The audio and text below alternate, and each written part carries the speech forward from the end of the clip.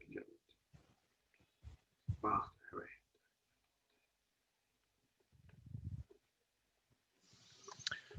Welcome to Prerona Television Canada, and on behalf of Global Academy of Holistic Leadership and Coaching, we'd like to welcome you for our regular leadership speaker series.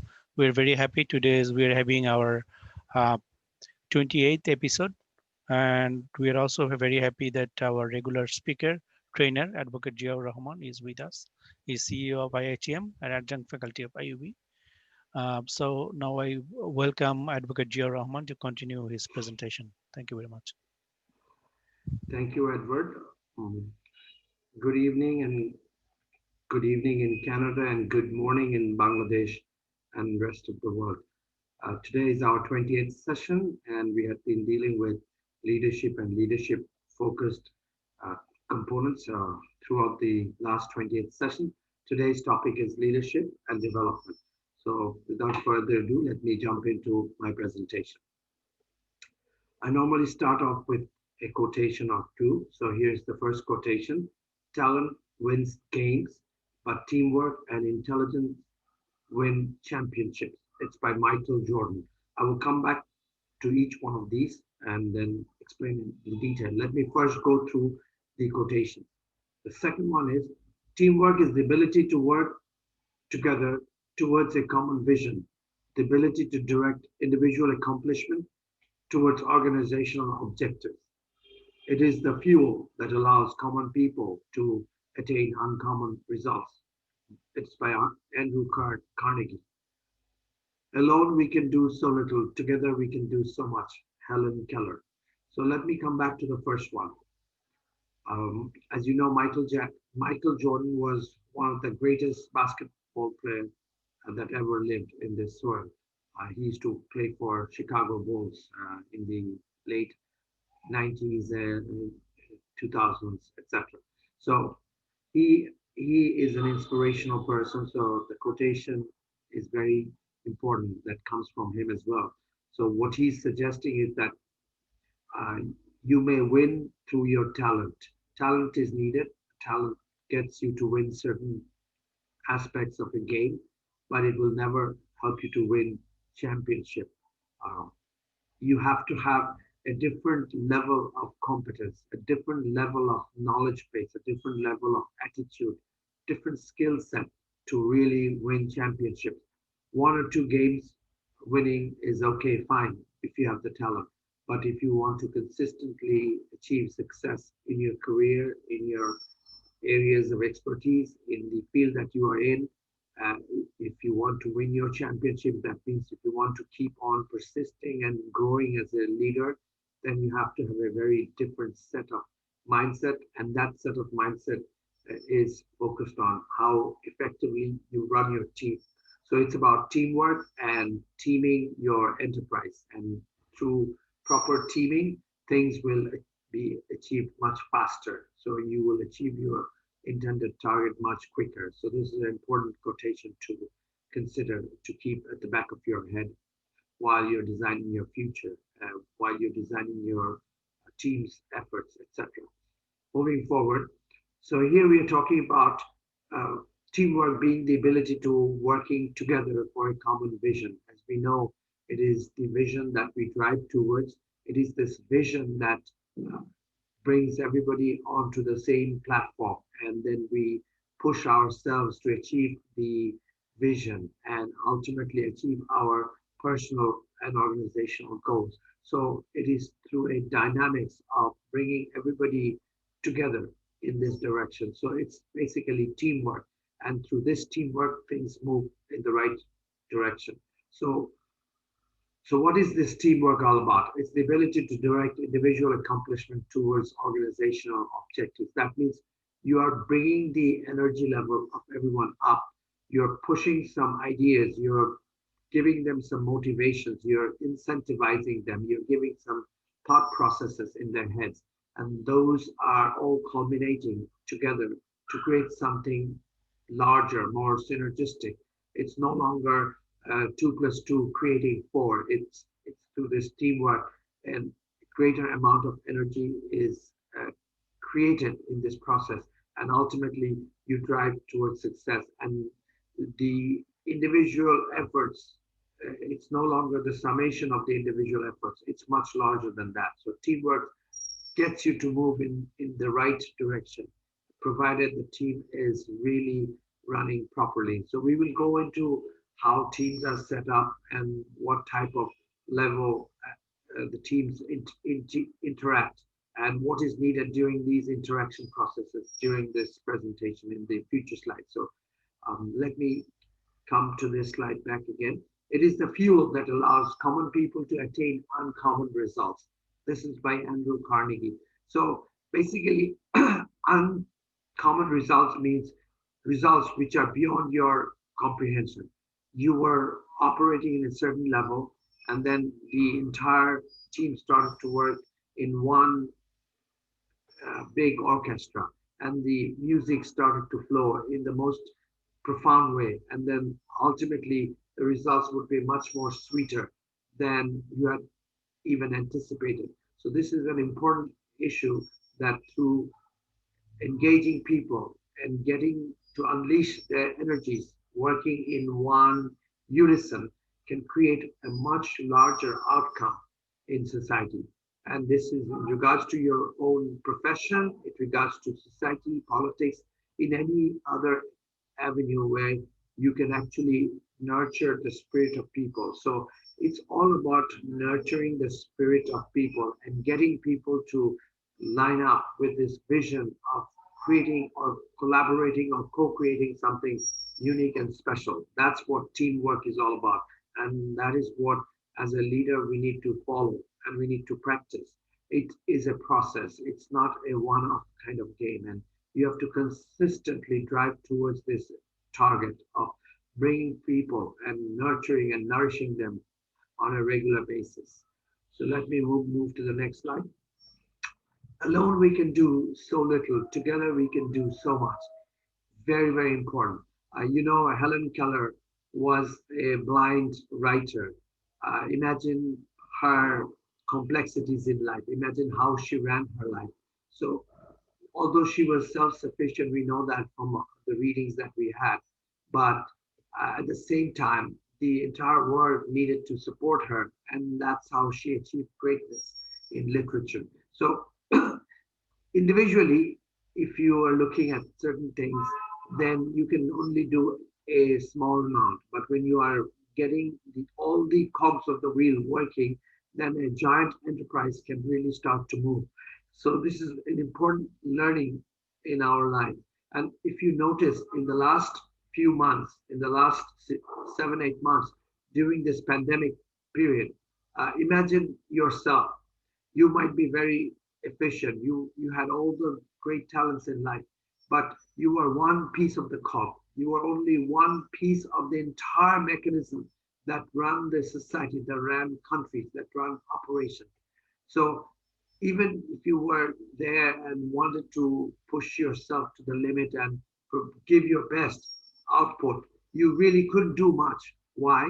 Because this statement sort of points you in that direction. You, as a person individually, you are just a small entity. And in the giant scope of all activities, we are nowhere. So we have to give ourselves this thought that we are part of the web, we are part of the organization, we are part of the game. We are not the sole star.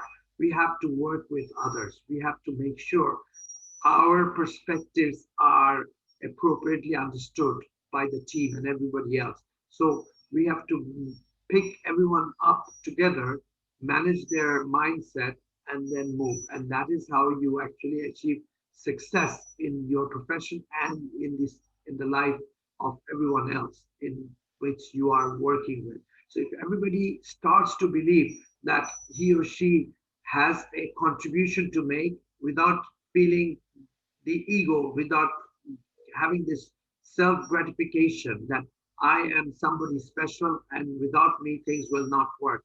Instead of taking that kind of mental stance, if you think of yourself as being one component of this giant web and you are part of the leadership game, of course you would be focusing on trying to lead people, but at the same time, you also have to feel that you're part of the system, and then you have to play within the system. And that's when proper success starts to come. So individually, we are very little, but together we are something great, something magical. So that's what we have to keep in our heads when we are moving large enterprises forward. If you consider the US presidency currently, it's run by Donald Trump. Somehow, some people tend to think that he has a ego which beats everyone else. And look at the country currently. A lot of chaos is taking place. I think these ego gratification trips can be really recontextualize and understand that you're part of the system. You need to work with the system. You need to manage your people with comfort, with loving care, with compassion and empathy. And then you are truly a leader. If you're using the carrot and stick kind of mechanism and you're pushing yourself to the limit by extending fear into your system as a leader, you are not going to achieve success. And you're going to go down in history as somebody, as someone who is not just proper, and a leader who wants to really make a mark in society must be appropriately,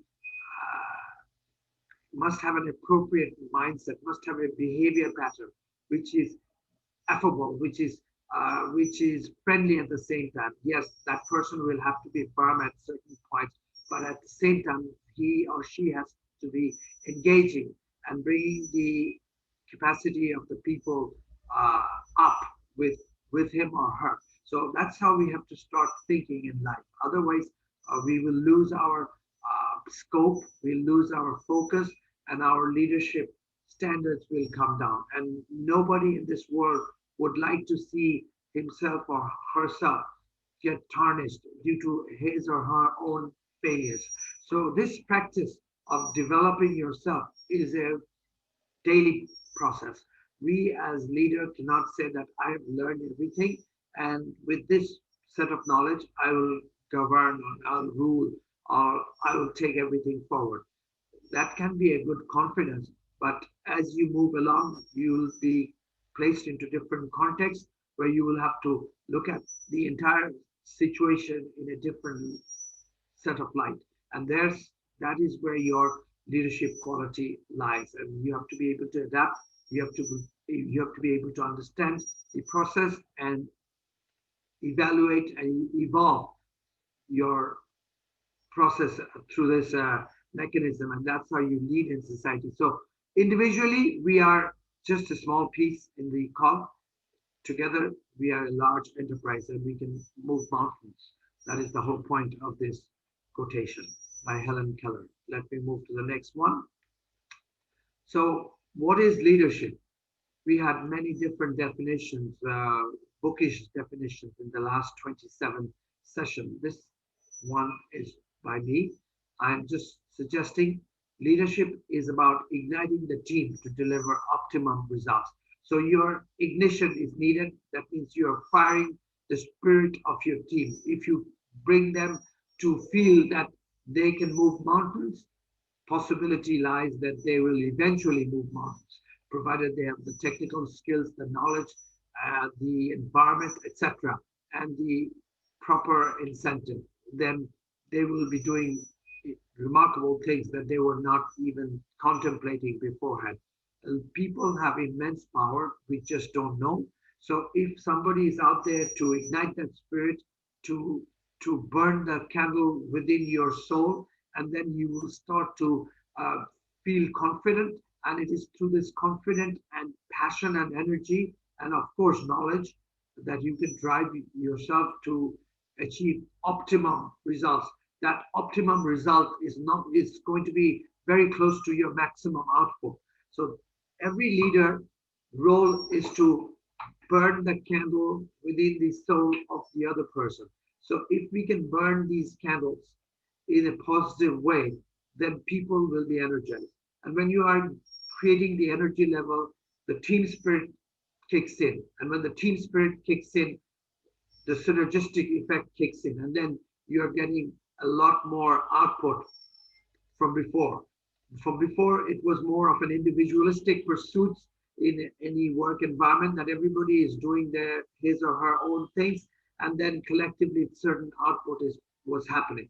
But when you are coming in as a true leader and impassioned and connecting with your people, and your people are truly inspired by your energy, by your wisdom, by your way of communication, by your thought process, and overall your aura as a leader, then things start to move in a much faster fashion, because everybody is now gripped with this passion to change, because you have inculcated the spirit of the new energy, and you have embedded this energy level in their mindset, in their own mental psychosis. So it becomes a driving force. It's a nurturing force for them to move forward. So this change, this passionate delivery of communication, this passionate way of bringing them to the next level is done by the leader. So this is very important. It is about igniting a change and to deliver an output, optimum output. That's all about leadership. So in order for leadership to grow, since today's topic is leadership and teamwork, we have to consider a sizable amount of our energy and to provide a sizable direction in building a team, because you don't build leadership in vacuum. You build your leadership in teams. You create synergistic teams. You create teams which are performance driven, and then things become much easier. So imagine yourself, if you have a basket of 10 teams running different operations within your enterprise, obviously something constructive and something magical will come about. Your output will go up, things will be much more smoother, and transitioning to a new product or service will be so much easier. So efficiency level will kick in. So that's very important, as to build a proper team, a team that is effective and it is delivering. So what is a team, to start off, is an important issue. So what is a team? It is a group of individuals who work together for a common goal. So the common goal is everybody's goal. So for example, a common goal might be to achieve at least 25% growth in all our product cluster this year. A common goal might be to have a high retention level vis-a-vis your retention level last year. A common goal might be for your team to have additional training across the board. A common goal might be to increase your profitability by 10% or something. So an organization can have different set of common goals. A common goal might be to actually create a new product every 6 months, to be innovative a company in some cluster. So that might be a common goal. So once you create this common goal, that means the purpose of living as an organization. What is the purpose? And if everybody connects to that particular purpose, then you are moving in the right direction. So the team is nothing but a set of people who are working towards that common goal. It could be vision as well. As you know, that every organization and even at a personal level, we have a particular vision in life. It's like the goal, but vision is larger than a goal. Goals are more manageable. Visions are sometimes obtruse. It's higher up, kind of an overarching philosophy that you want to achieve. So it is like a stretching dream, stretching goal. So a team can work towards achieving the vision, and whoever is working with that vision is part of your team. So we have heard this term called team in the context of together everyone achieves more.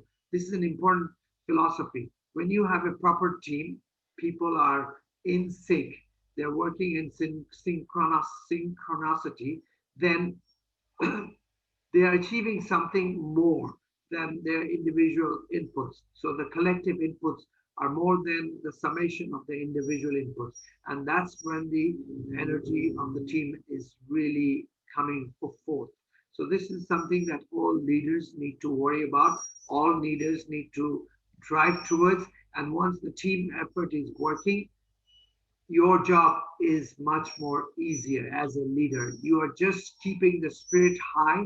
You're pushing the team in the right direction. You're giving the ambience, the environment, the knowledge process that is needed. You're giving them the training that is needed, and you're building the fabric of the organization so that ultimately the team produces the right set of results. So leaders, tremendous amount of focus should be in creating an environment in which a team thrives. Moving forward, designing teams. We could design teams in different ways.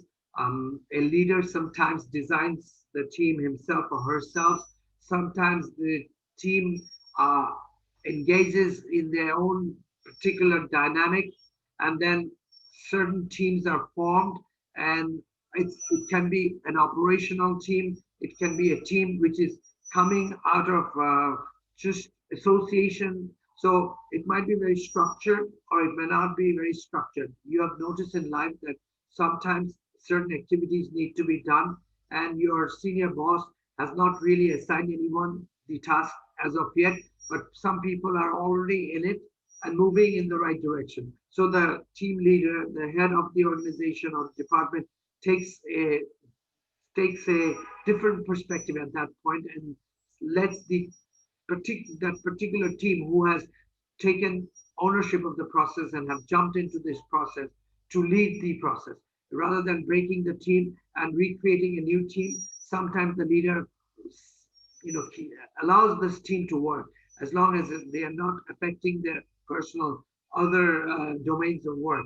So these are fluid teams. So sometimes you have to look at the effectiveness of the team, and based on the effectiveness of the team, you let the team work. So if you feel that these are the people who should be brought in this team dynamic, then by all means bring those people together. But if you feel that if one person is very knowledgeable, but the other person who is going to be the co-team member is not going to be playing the second fiddle, or they will have conflict between themselves because both are very, very competent, and instead of collaboration, it may break down, then you may not put them into an effective team. Then you may not give them the responsibility to operate, to find some solution regarding a particular problem. You might extricate them in two different sets, and maybe give one team with a team lead a slightly different outcome that they should be focusing on, and the other team would be focusing on maybe something different, which may be working together, but everyone will have his or her particular domain and particular space to work on this particular agenda. So instead of bringing everybody together, you may have to break it down to have it more effective. And once you have an effective team, then you can weave the fabric together, and that's how you get your achievements from the team. So it is also depending on the project requirement. Imagine yourself uh, pushed into finding a particular solution for a complex problem. So consider that as a project.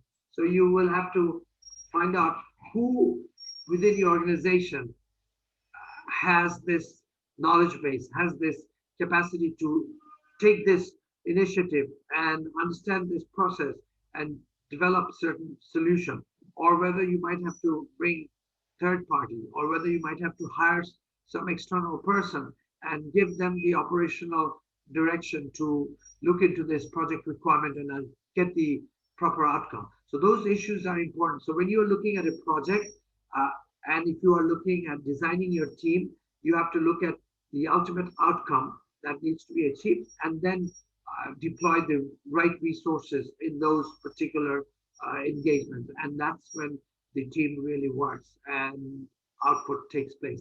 So again, coming to the next one, output versus reward matrix. There are people in this world who are efficient, who are qualitative, who has the knowledge. But sometimes they don't want to move away from their comfort zone. They are very, very happy with what they're doing, and they are probably achieved a subject matter expertise in that particular domain. But if you take that person out and give them additional assignment, then they might not be feeling comfortable. They might feel like fish out of water, and they might lose their interest in their current job or in their current activity that he or she was doing and doing very nicely, because you shifted their mindset into something else, or you gave them additional assignment, or you moved them from the current capacity to a new engagement area. They might lose their energy altogether. So you have to really understand what type of reward matrix should be there, and what type of person you should be bringing in order to handle that reward matrix. Just giving people some additional reward and expecting things will operate fluidly may not be the right answer. You have to really understand the mindset, the behavior perspective, the overall psychological profile of that person, and whether that person is a strategic fit with that reward matrix, and that's when the output is going to take place efficiently. Otherwise, output will be marginalized. You will not get the proper set of output, in spite of the fact that this person was a quick learner, or in spite of the fact this person was efficient in his or her current capacity. But that knowledge, that energy, that capacity really didn't transfer well into the new engagement. And in this process, you actually lost tremendously. And you may even lose this person total energy, and that person might feel that he is no or she is no longer a valued asset in this organization, and start thinking of leaving the job, or even make the transition out of your organization. So that's going to be a very difficult task. But at the same time, there are people in this society who are good at certain activity, but they also want to grow. So those are the kind of people you might want to bring on board for this new change that your team design is focusing upon. Then comes the last one, which actually kind of I've already talked about it. So it's about making sure that the people that you are hiring in a particular team have the capacity to actually get the job done. So if you need a doctor, and if you push a nurse to do the doctor's job, it won't work. If you need an IT person, and if you put somebody who's very good at writing script, writing not script, writing like communication documents, that person will not do well at all. It's common sense. So bring people with the right capacity and the right knowledge base and skill set in that particular position. You have to be basically need blind in that case. You can't be picking and choosing people whom you like as a person. No, you have to look for people who will be appropriate for that particular function. And once you match these people with that particular function, then your design of the team will be much more appropriate. So I would emphasize a great amount of energy for a leader to actually spend time in how to design your team. Once you plan your team design appropriately, more than half of the work is done. But if your team design, you just pick and choose people without paying much attention to whether that person is going to be a fit for that job or not, ultimately you're going to go into a chaos. Anarchy may reign. A lot of misgivings might come about. Wasted energy might be the outcome, and things can go wrong and astray. Overall organizational success would be seriously hampered, and you might go into a jeopardy, an organizational jeopardy. And you don't want to go in that direction, because you are in the field of competition. If you are spending too much time firefighting within your organization, then other competitors will take up your market share, and you will lose out big. So that's something that you have to consider at the back of your mind at all times. So if you are a true leader, you will be putting a lot of energy in understanding the design process and then putting the right people in the right role. That is very important. Moving to the next slide. This is about ensuring team engagement. So engagement means bringing people to deliver and work together to create the ultimate outcome. So that's engagement. Basically, it is connecting with the implementation status of any action that you are deploying in order to achieve certain targets within your organization. So it has to be a 360-degree focus to manage your team. You can't be, let's say, focusing on just a certain set of people and not putting energy and effort in the other set of people who are also important in this design process, in this process of the work that is being undertaken by your organization. So you have to be able to look at it from a holistic perspective, looking at the conscious activities that are coming about in this organization, are going about in this organization, and you as a leader must have certain influence on each of the components.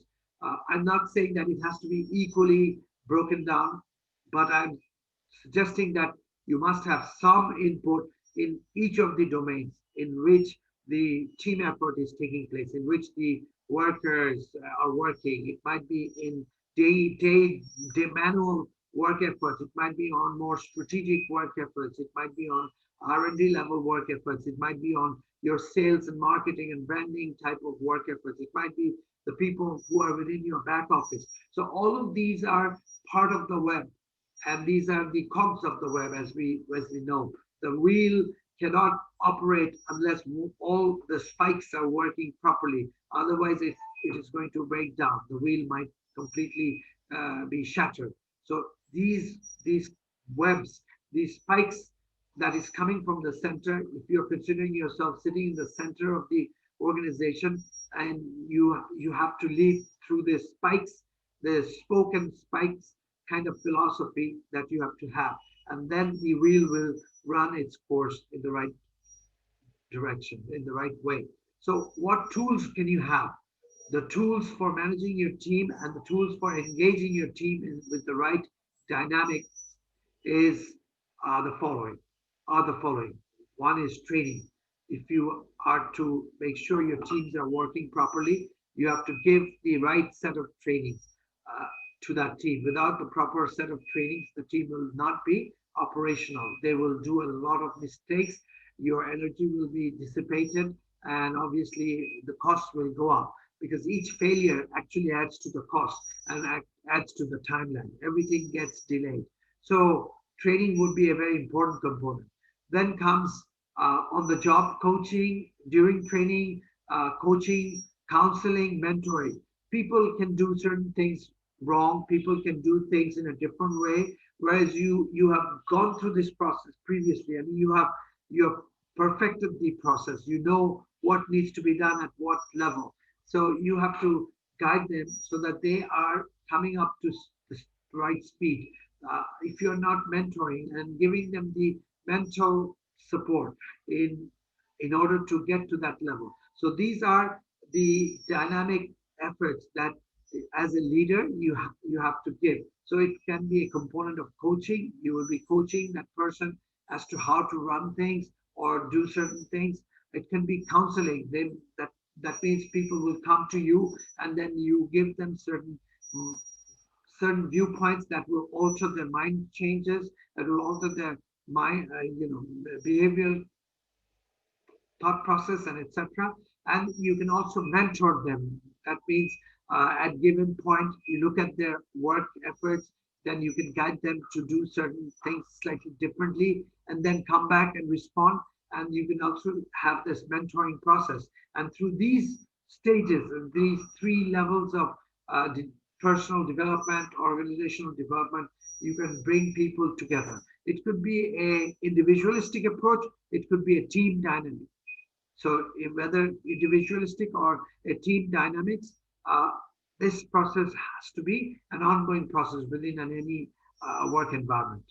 This will actually boost the confidence level. And then you have case assessments. If you can share real life cases, if you can share what had happened based on what type of work people had previously done and what were the outcome, what was suggested, and what truly happened. So from those case learnings, people can understand, people can rectify, people can develop themselves further. So the team engagement, the team dynamics becomes much more fluid, much more efficient, and much more equipped to bring the right set of results. And then field work is always the approach. You set your team out into the field. They come back with certain information. Maybe it can be a survey, and then based on these information and survey and all the gathering of information, you can redesign your team engagement and you can drive towards success. So I would suggest that as a leader, each of us need to pick and choose the component which is appropriate with regards to the work activity that we are doing. In some engagements, it is more hands-on, so you may have to have more training. In some engagements, it is less of a hands-on, but more of an intuitive engagement, more of a people skills and people management type of engagement. That's where you can actually bring in the counseling, coaching, mentoring kind of environment. In some engagement is more, let's say, initially it's more theoretical. A lot of effort has to take place theoretically in the design process before the ultimate product or services are rolled out. In those type of cases, you can review the cases pertinent to your activity or similar to your activity, and then based on that case learning you can formulate your approach into the market, and that can be very effective because it might be a expensive engagement. So gathering knowledge, gathering information from a case which are somewhat relevant or related to your activity that you are planning or the vision that you have set, or the organizations are similar in nature, then this case learning can be very effective. And then you can tweak with the process and evolve and develop something, develop a appropriate strategy for your organization. And the field work is absolutely hands-on. You do your regular surveys and on a regular basis, and then you tweak your process, you bring new changes, you adapt, you throw certain things out, you add certain things, etc. And that's how the team engagement takes place, and ultimately a proper outcome is achieved. Your organizational vision is achieved ultimately when you have all the components of your teamwork working properly. So I think it's a holistic purpose, and the focus should be on each component of the team. And you have, as a leader, you have to spend a sizable amount of energy in making sure all your particular parts of your team are properly nourished, mentally satisfied, and properly incentivized in order to deliver the right team engagement and the right team dynamics. So moving to the next slide. This is an important component which was actually brought in 1965 by Bruce W. Tuckerman. And this is a very practical design that we all go through in our lives. And if you notice, it is so important that we have this in the back of our brains. This is how every team is formed, irrespective of the society or the country. Normally, what happens? These are the stages. There are 4 stages, and one has been added by through overall discussion in future, but not by Bruce W. Tuckerman. The 4 stages that he had suggested are forming, storming, norming, and performing. So what is this forming stage? It is the primary stage when you bring different people from different parts and putting them in one team. So they have the different mindsets, they have the behavior pattern, the way of thinking, the way of communicating. Everyone has to work with the other person. And the forming stage takes place. This is a reasonable period of time, and a lot of discussion takes place. maybe some discontentment is there, but less discontent. It's more like inquisitiveness taking place during this time. The the storming period is the next phase when you have come to know each other reasonably well, but you are not seeing eye to eye with that person. Some level of comfort is there, but at the same time, some level of discomfort is also there. So you're pitting against each other. Your ego versus the other person's ego. They are all being played out in this big fabric of the work environment, and certain roles and responsibilities and uh, certain perspectives which you had contemplated uh, are not being looked upon the way you have thought about. So you will have a little bit of frustrations, you'll be disenfranchised, etc. So little bit of commotion, little bit of perplexing situation and frustration will be the order of the day during this storming period. This process might be reasonable. It might be too long because if you're in the process of arguments and not having the proper harmony, then things can go wrong. So during the storming process, the internal dynamics will also evolve, and people will also learn to manage their difficulties and run towards with the one vision or the objective that have been set for the team. In the norming stage is more of a peaceful and tranquil environment where people start to realize that each has a different role, and nobody needs to step beyond his or her capacity so that things are operational, things are more efficient and running fluidly. So this is the process of rationalization process. People start to work together. So this is the norming stage. There might be some frustrations, but the amount of frustrations are greatly reduced. In the performing stage, this is where people are firm now and they know their business and they are now working in a team environment. They are delivering and becoming more active in the work design or the work practice. So starting from forming to performing, organizations and teams can be different in terms of the timeline, but obviously it's not going to be taking a month. If you are into months of really bringing the team up to speed, then something is wrong. You really need to redesign the team. You might have to take one or two people out and recalibrate the entire process. But if it's coming to a manageable environment within a matter of weeks, then you are in the right direction.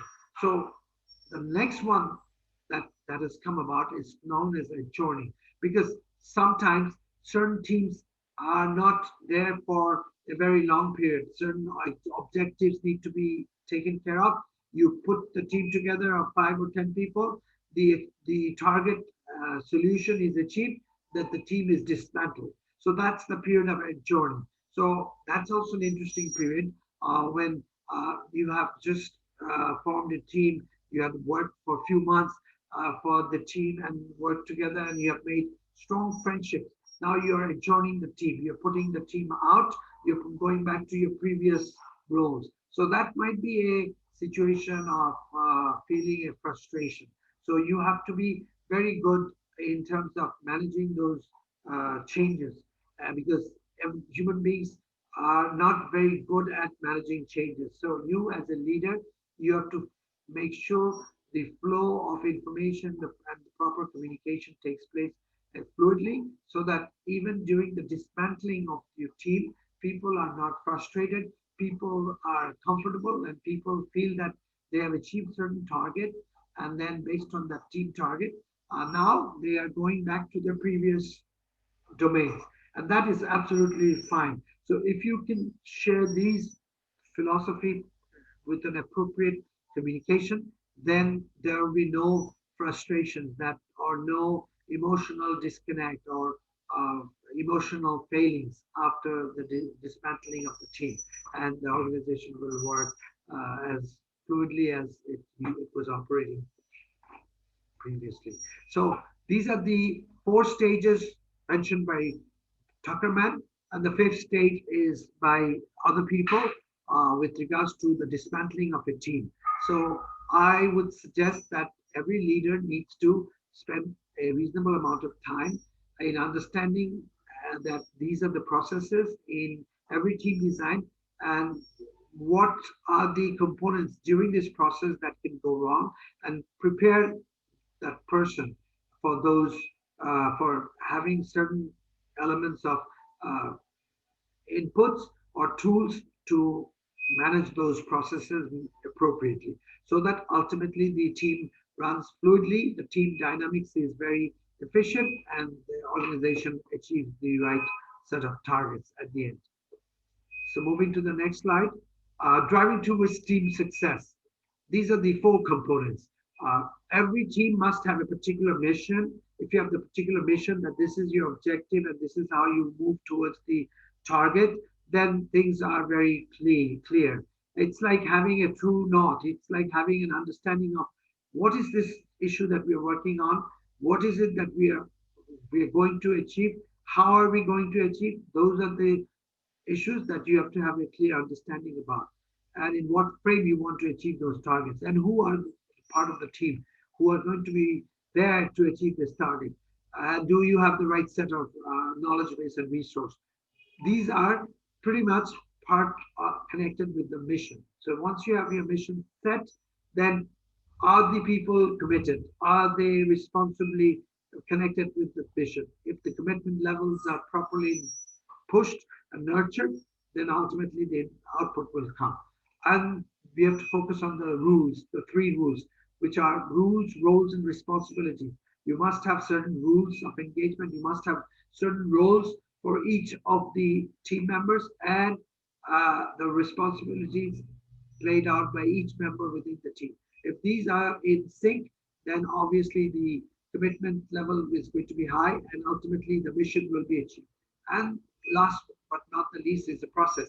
A process design document, basically a approach document should be there in order to create the outcome.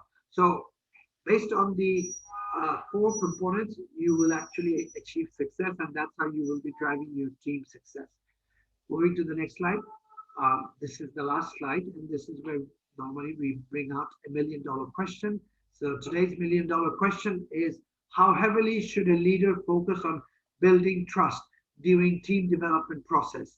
So in other words, what I'm suggesting is that what is your level of uh, commitment and communication during this entire process of designing a team? Or would you be letting the team members develop the trust and you play a second fiddle in this design of the team dynamics and building the trust? So this is a difficult question. I think it depends on team to team, depends on how effective and efficient your team is, how strong of a team dynamics that are taking shape, and whether the team are fluidly forming, organically forming, or whether you are putting an organizational structure in place and putting your leader in place of that particular team, and whether the leader is putting a lot of energy in building trust. That is something that you have to pay attention to. If the leader's level of trust is not there up to that mark, then you might have to bring in, coming and jump in and talk about trust building and develop a process through which the trust element within the team is accelerated, is the trust element grows. If your team member who is leading the team is focusing on the trust element significantly, then you might want to stand back, take a second level scope of building trust. Only when you need to, certain times you come in with small incentives and small ideas and small trust building exercises. Most of the time you let your team leader to design the trust element within the organization. So I would answer this question by saying that it all depends on the team. It all depends on who the team members are, and also how trustworthy they have previously been in their own capacities, and whether their engagement dynamics is running effectively. If you see that there are points of discord, points of disunity, then a large amount of energy would be built on bringing the trust level back in the ultimate objective of the team and to bring the people with the vision, one vision together that we are one team and this is our objective and let's work together and get it done and then we can go back to our old position. So you have to push that mental frame of reference into these people. And when you're putting the mental frame of reference in the minds of the people, you're actually building appropriate level of trust within your organization. So I think it's very important that at each point within your organization, especially when you're designing a new team, the trust element should be embedded and the leaders that you're hiring to lead those particular functions, you have to speak to them, you have to counsel them, you have to mentor them so that they can talk about the issues of trust and you try to build the, the notion of trust within your enterprise. You can't speak of trust, honestly. Trust can only take shape through your actions. You can't just talk about building trust. It has to be seen through your own particular actions. So you must engage your team members so that they become trusting in the eyes of each other. And I think those exercises, those commitments, those levels of communication will have to be strongly focused upon in order for your team to develop into an appropriate team and a high impact team. And in today's market, success is going to take place only with high impact teams. If you are in an inadequately efficient team, inadequately trained, inadequately empowered team, then outputs will not be fluid and costs will go up, energy levels will be not so high, and job attrition will also take place. So absolutely important as a leader that we work on teams, we work on designing teams appropriately and engaging the team dynamics up to a level, up to a very high standards is the order of today's leadership game. And with this, I would like to end today's session and I want to uh, give the floor back to Edward Provier-Mondo. Thank you very much. Edward, the floor is yours. Thank you very much, Advocate Jia Rahman, for your presentation. We're very happy that we have concluded this session. I would like to share briefly in Bengali. Uh,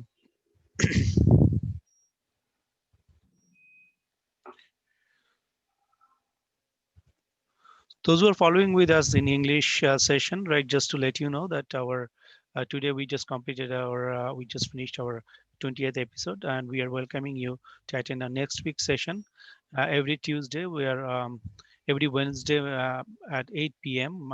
Yeah, Mountain Standard Time. We are conducting this session, and at 10 p.m. Eastern Standard Time, and Bangladesh Standard Time is 10 a.m. and um, and also Indian time is 9:30 a.m. in the on Thursday morning. With that, right, I would like to say conclusion for our English sessions, and I'd like to very briefly share with you the Bengali session. Can I just jump in with one Yes, comment? yes, go Uh, ahead.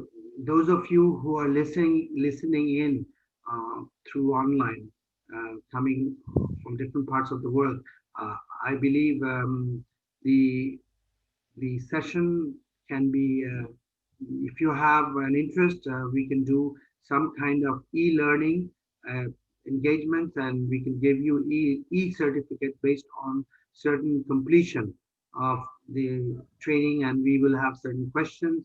And if you are interested, then you can talk to Edward, you can send in your email request and then we can work from there. Thank you very much.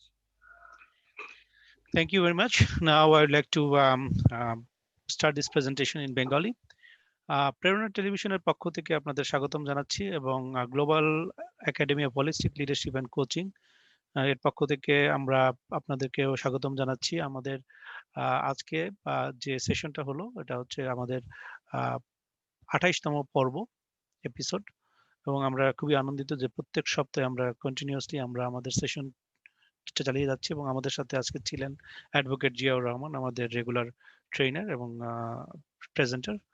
তো আজকে আমাদের topic রয়েছে যেটা, সেটা হচ্ছে যে নেতৃত্ব এবং যে দল, যে উন্নয়ন, বা এখানে বলা যায় leadership and team development. So আমরা জানি যে আমাদের যে কোনো অর্গানাইজেশনে লিডারশিপের একটা গুরুত্বপূর্ণ ভূমিকা রয়েছে, বা নেতৃত্বের, এবং টিম ডেভেলপমেন্টের একটা গুরুত্বপূর্ণ ভূমিকা রয়েছে। কারণ আমরা জানি যে আমরা টিমের সাথে কাজ করি, দল বা আমরা একটা গ্রুপের সাথে কাজ করি। তো আমরা সাধারণত আমাদের সেশন শুরু করে থাকি একটা কোটেশনের দ্বারা, এবং অ্যাডভোকেট জিয়াউর রহমান যে কোটেশনটা প্রথম ব্যবহার করেছেন সেটা হচ্ছে মাইকেল জর্ডান, তার যে quotation, talents wins games but team works and intelligence win champions. আমাদের মধ্যে অনেকের ট্যালেন্ট থাকতে পারে বা তালান্ত থাকতে পারে, কিন্তু টিম ওয়ার্কের মাধ্যমে আমরা কি করতে পারি, এবং ইন্টেলিজেন্সের মাধ্যমে কিন্তু আমরা চ্যাম্পিয়ন হতে পারি। তো এইখানে Michael Jordan is renowned player. তো তার যে কোটেশন আমরা দেখলাম, যে আমরা যদি সেভাবে আমরা টিম ওয়ার্কে কাজ করি, আমরা ডেফিনেটলি আমরা আমরা অনেক সাকসেসফুল হতে পারবো। তো আর একটা কোটেশন এখানে আছে অ্যান্ড্রু কার্নেগি, সেটা হচ্ছে team work is the ability to work together towards a common vision and the ability to direct individual accomplishment towards organization objectives.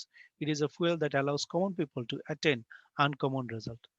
তার মানে আমরা যদি একসাথে কাজ করি কমন ভিশনে, তাহলে আমাদের যে ইন্ডিভিজুয়াল, যে আমাদের ব্যক্তিগত যে অ্যাকমপ্লিশমেন্ট বা যেটা আমরা, তাতে আমরা অর্গানাইজেশনাল অবজেক্টিভের সাথে আমরা অ্যালাইন করতে পারি, এবং এর ফলে কি হচ্ছে যে কমন পিপল, যারা আমরা সাধারণ মানুষ, তারা কিন্তু অসাধারণ বা যে রেজাল্ট বা ফলাফল আমরা কিন্তু আনতে পারি।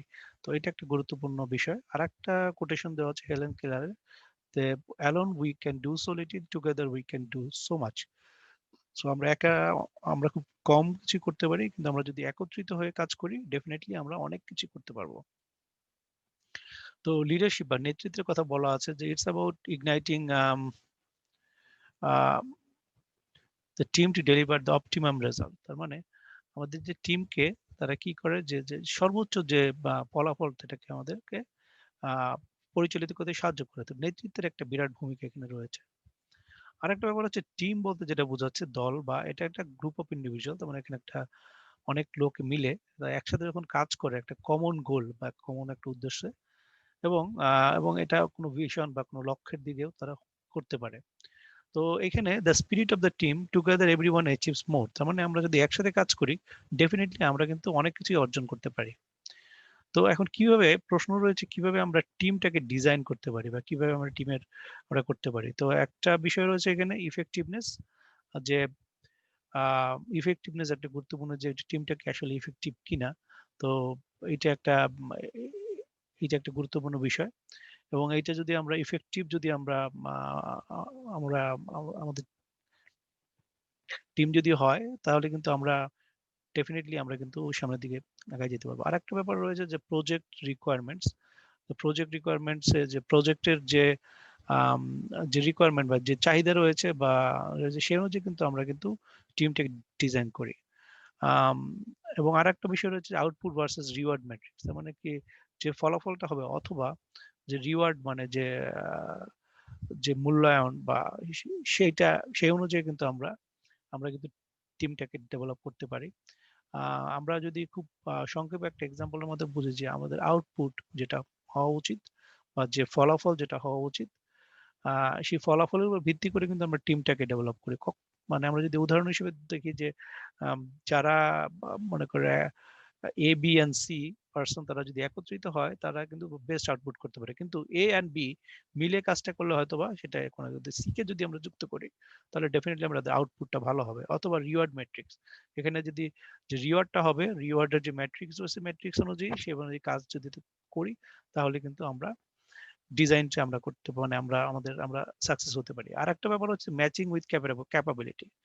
তার মানে আমরা যাকে আমরা নির্ধারণ করছি টিমে, তাদের প্রত্যেকের ক্যাপাবিলিটি যখন অ্যাসেসমেন্ট করি, যে তাদের ক্যাপাবিলিটি বা তাদের দক্ষতা অনুযায়ী আমরা টিমটাকে ম্যাচ করি। তো এখানে যে বিষয়গুলো আলোচনা করা হয়েছে চারটা, যে বিষয়টা হচ্ছে যে কিসের উপর ভিত্তি করে আসলে টিম বা দল গঠন করা হয়। সো ইফেক্টিভনেস, ডেফিনেটলি যাতে একটা ইফেক্টিভ টিম হতে পারে, প্রজেক্ট রিকোয়ারমেন্ট, প্রজেক্টের যে রিকোয়ারমেন্ট আছে, অথবা আউটপুট ফলাফলের উপর ভিত্তি করে হতে পারে, অথবা তার ক্যাপাবিলিটি বা দক্ষতার উপর ভিত্তি করে হতে পারে। আর একটা বিষয় যেখানে রয়েছে যে কিভাবে আমরা টিমের এনগেজমেন্ট বা আমরা যে একসাথে কাজ করছি এটা কিভাবে এনশিওর করতে পারি। তো এখানে focus is on 360 degree approach to manage a team.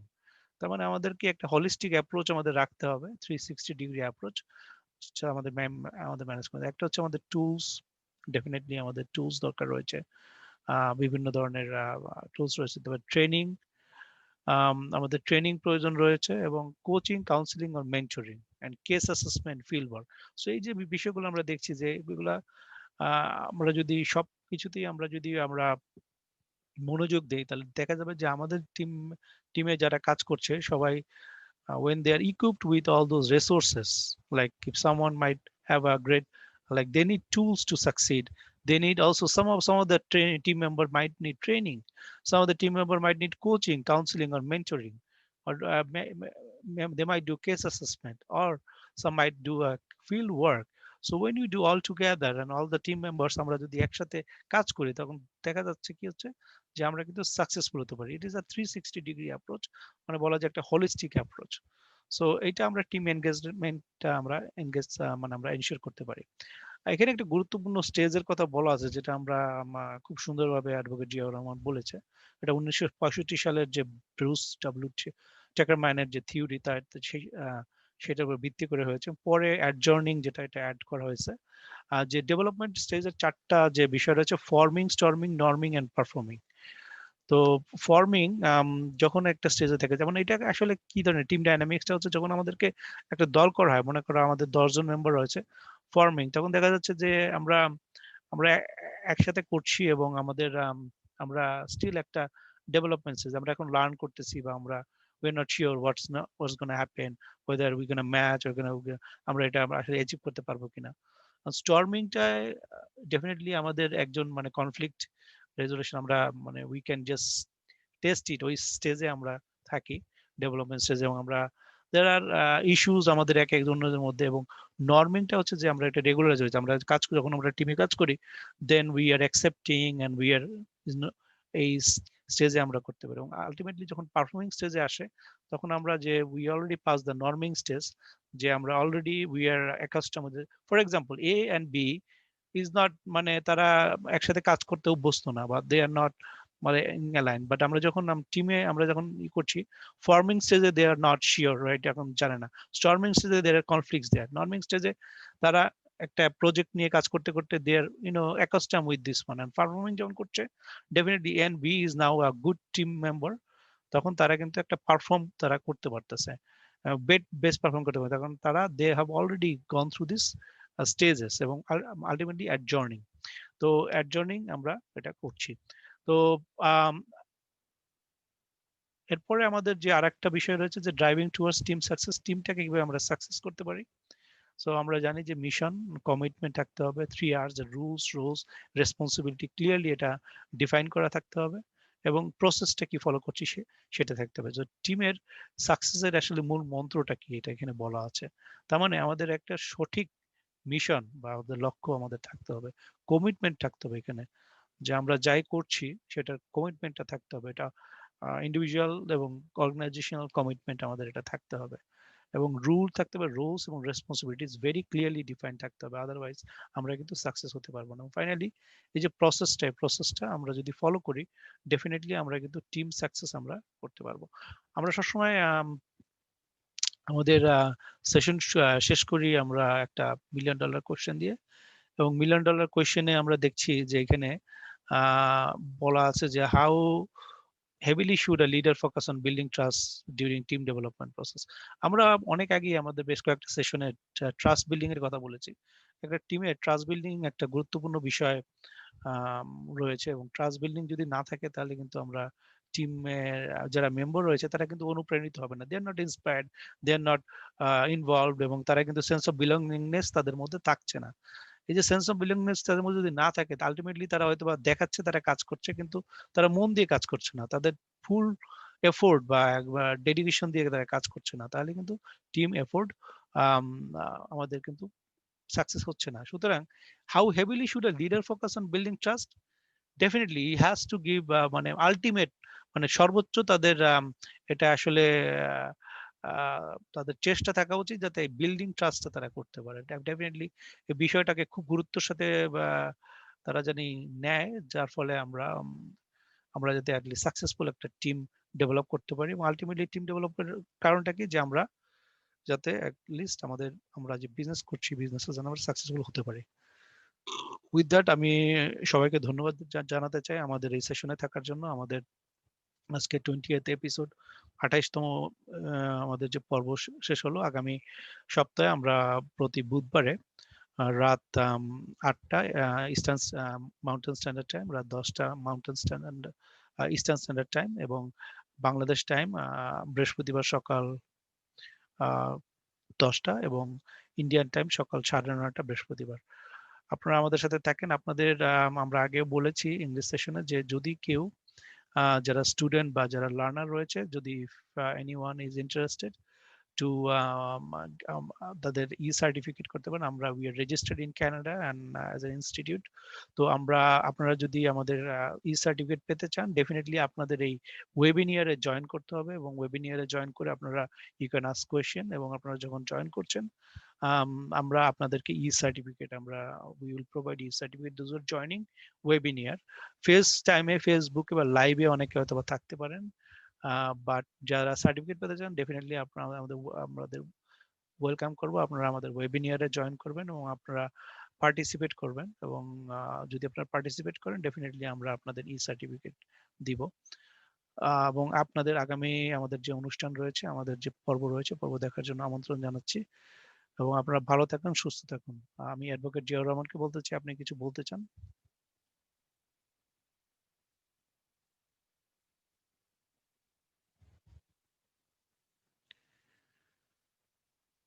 Advocate Ziaur Rahman, আপনি আনমিউট করতে পারেন। জি, ধন্যবাদ। সবাইকে শুভেচ্ছা। আপনারা আমাদের এই আজকে আমাদের 28তম পর্ব গেল। আশা করি আমরা এই পর্বটা কন্টিনিউ করতে থাকবো। আপনাদের সহযোগিতা কামনা করছি। আমরা আপনাদেরকে ই সার্টিফিকেট কথা অ্যাডভার্ট প্রবীর মণ্ডল বললেন।